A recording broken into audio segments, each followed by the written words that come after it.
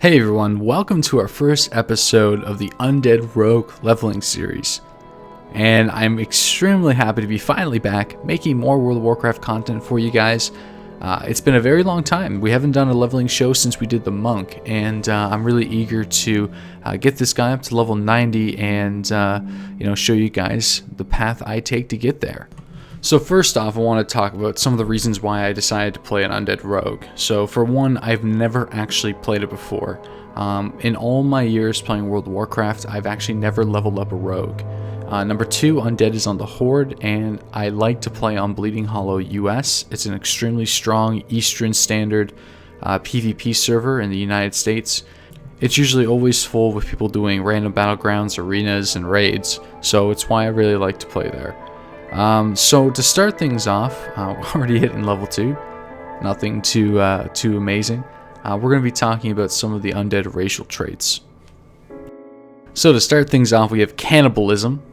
So this is kind of a more fun racial trait that you get, but it's actually really useful when it comes to leveling, because you don't really need to actually buy health or food, but let me just tell you a little secret, you don't really need to anyways. If you're going to be getting food and water, it's probably because you're going to be getting a stat buff because of it. But when activated, you regenerate 7% of your total health and mana every 2 seconds for 10 seconds. Only works on humanoid or undead corpses within 5 yards. Any movement, action, or damage taken while cannibalizing will cancel the effect. This is multiple uses, especially if you hotkey it, so it has a lot of uses and could probably save you in a pinch. So next up we have Shadow Resistance. So increases your resistance to harmful shadow effects. Not a huge one. It's not going to make the difference, but it's going to lower that damage from warlocks and shadow priests. But again, it's not going to make the difference. Touch of the Grave. Attacks have a chance to drain health from the target. That's actually pretty significant. I haven't seen it happen too much, so I'm not too sure. Let me know what you guys think if you play an Undead Rogue or an Undead class at level 90, what your thoughts are on Touch of the Grave, because I haven't really seen it in effect too much just yet. And we also have Will of the Forsaken, so removes any charm, fear, or sleep effect. The effect shares 30-second cooldown with some other similar effects, so like your PvP trinket, Bestial Wrath, those types of abilities. So those are some of our racial traits. Let's talk about some of our core abilities that we unlock with the Rogue, especially whenever we first start off in the game. So first off, you have the ability to dual wield like other classes. If you guys remember a couple years ago in WoW that you were only able to obtain that at a certain level. So as a Rogue, you actually couldn't dual wield until level 10. I guess they changed that. You also start off with Sinister Strike. And Sinister Strike is one of your core abilities. It's just a damage dealing ability that generates a combo point. So whenever you're first starting, it's basically going to be the only thing that you can actually do. You also start off with Throw, and I'm going to be using Throw a little bit here to help get some mobs on my target. But you know, it's nothing too crazy. You just throw your throwing hand weapon and you do a small amount of damage. It's just useful whenever you're doing grinding quests just like this, and you need to gather up a big group of monsters and mow them all down. That's really one of the only uses for it. Or if someone is extremely low health and out of your range, but again, it's not going to be doing a whole lot of damage. And we also have Parry, so that's just kind of a standard one. Gives the chance to parry enemy attacks. So as we hit level 5, we're slowly leaving the starting area as we unlock Stealth as well. So at level 3, we get Eviscerate, which is our first finishing move that we get. It's strictly damage based, so your damage scales with the amount of combo points you build up with Sinister Strike. So it's just, do a Sinister Strike or 2, and then you'll be able to end with a beefy Eviscerate. I really like the Rogue combo style. It's a unique way of playing the game, and it's something that I'm not typically used to, and I'm gonna have to play around with a little bit more. The big one at level 5, which pretty much defines the entire Rogue class, so it's really cool that you get it early, is Stealth. So obviously you can conceal yourself in the shadows, allowing you to stalk without being seen. So this is basically why the Rogue exists, this ability right here. Stealth is a lot of fun, and I think I'm really going to enjoy this class in PvP using this feature, especially with things like Ambush. and the host of other rogue abilities that can just, you know, be so mind-numbingly annoying to other classes if you play it right. So that's pretty interesting. Some of the starting quests here have changed in Terrasfall Glades, and that's with, I think, Cataclysm. It probably changed that a little bit around, and I've never done them before. And it was actually cross-realm zoning has actually been introduced as well. And in the starting areas, some of the quests can take so long to complete because there's so many people there competing for it. So that's one of the problems that I've kind of fell into a little bit. Was the fact that there's so many people in that starting area. So you know what I did? I just skipped them all, and I basically grinded on some monsters, and I actually ended up not doing a whole lot of, you know, quests to actually get my experience level up to around level 6. And it is something that you can do at the lower level. I don't recommend doing it unless you have BOAs, because it's probably just going to take way too long. But I have the shoulders and chest, which gives me an additional 20%. And it definitely helped me out to get out of that really congested starting area. But obviously, we're back here doing some quests because you're able to basically skip everything once you hit level 6 in the beginning area and run right out into mainland Terrasfall. So we're kind of hitting around the farm here, and I want to talk a little bit about some key add-ons. So if you guys already know, I'm a huge fan of Dougie's Guide. It basically allows me to turn my mind off and just focus on killing monsters and gathering, and not really worrying about where I need to go to get quests. And I do recommend it if you are struggling in getting a character to level 90 in World of Warcraft, either because your attention span sucks or you're finding the quests boring. That can happen. Because, let me be honest, the peak of this game, the reason why most people play it, is for the end game content. So you kind of have to get there, and Dougie's Guide does a really good job of actually helping along. And you just basically follow a golden arrow, and it will take you to all the right quest places. And you can also skip quests, and it'll tell you which ones are canceled out. Which gear, you know, is an upgrade whenever you actually get it from a completed quest. There's a whole lot of stuff. I'm not going to sell you on it, guys. Just I think there's a link in the description box if you're interested in checking it out. Go there, read about it, see if you'll like it. You know, if you don't like it, then, you know, just use whatever you feel is best. Even just using the basic Blizzard UI is definitely viable. Also, Npc Scan. Get it. You need Npc Scan if you're going to be leveling up a new character in WoW.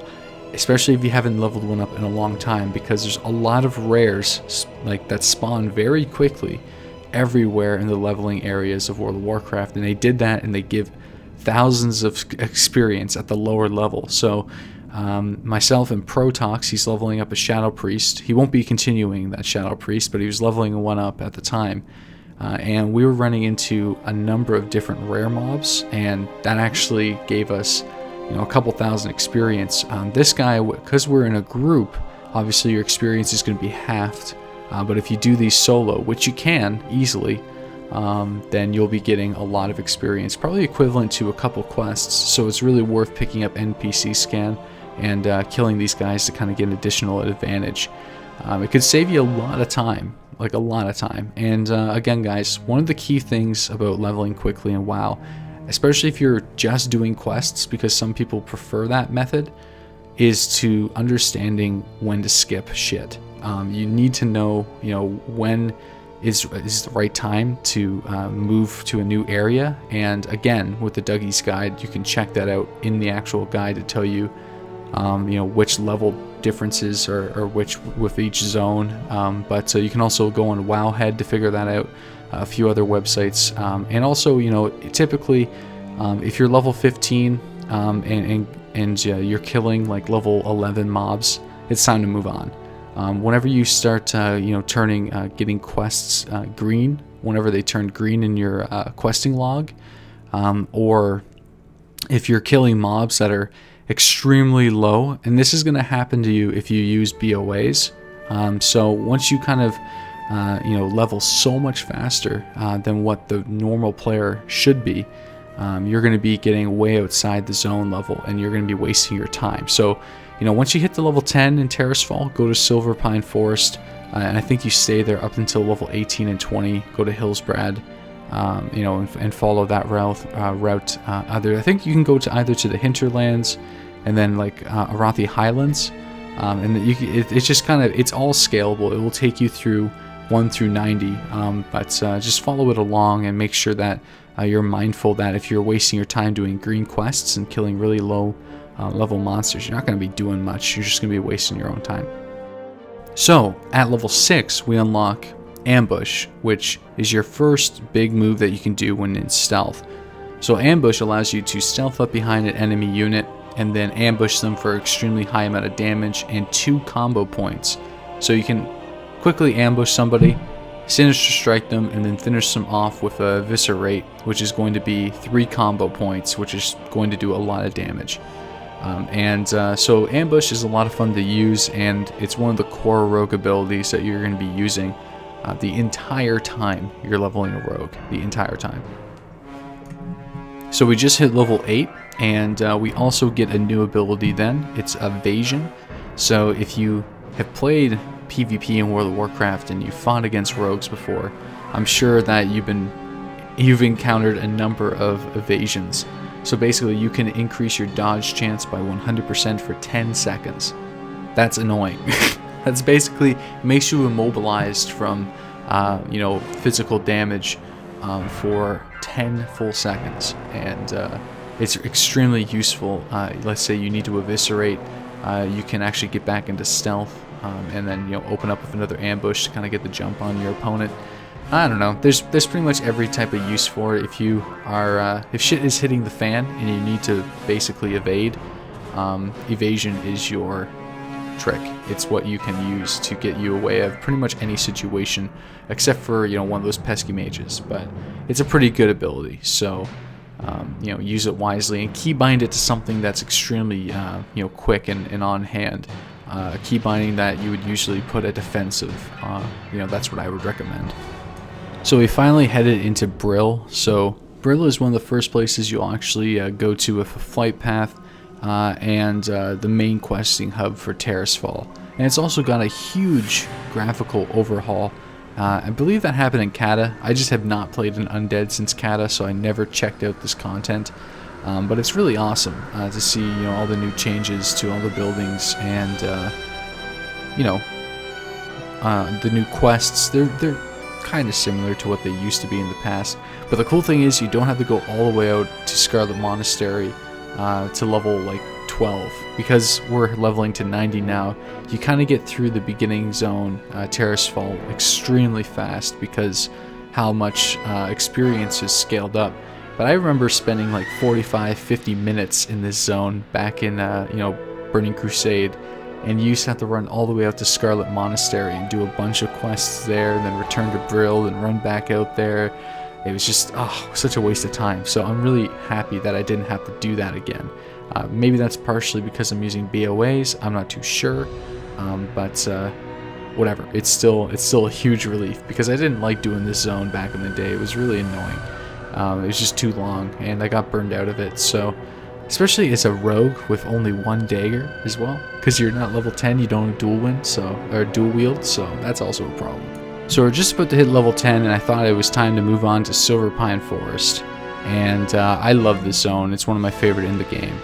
Silver Pine is extremely good for rares, but it's also a zone that's going to get you to level 18 or 20. It has a lot of lore surrounding Lady Sylvanas. She'll go through what happened during and after Wrath of the Lich King, which is interesting if anybody is actually you know, a fan of the Undead. They also talk about their war against Gilneas, so that's basically what you're going to be taking part in, is assisting the Forsaken High Command in you know, taking down the Worgen and defending the lands of Lordaeron. So we just hit level 10, and that pretty much concludes our first leveling episode, guys. If you're interested in learning more about the rogue class and watching my journey up to level 90, make sure you hit the subscribe button. Let me know what you think in the comment section below. And I'll see you guys in the next episode where we're going to be hitting level 20.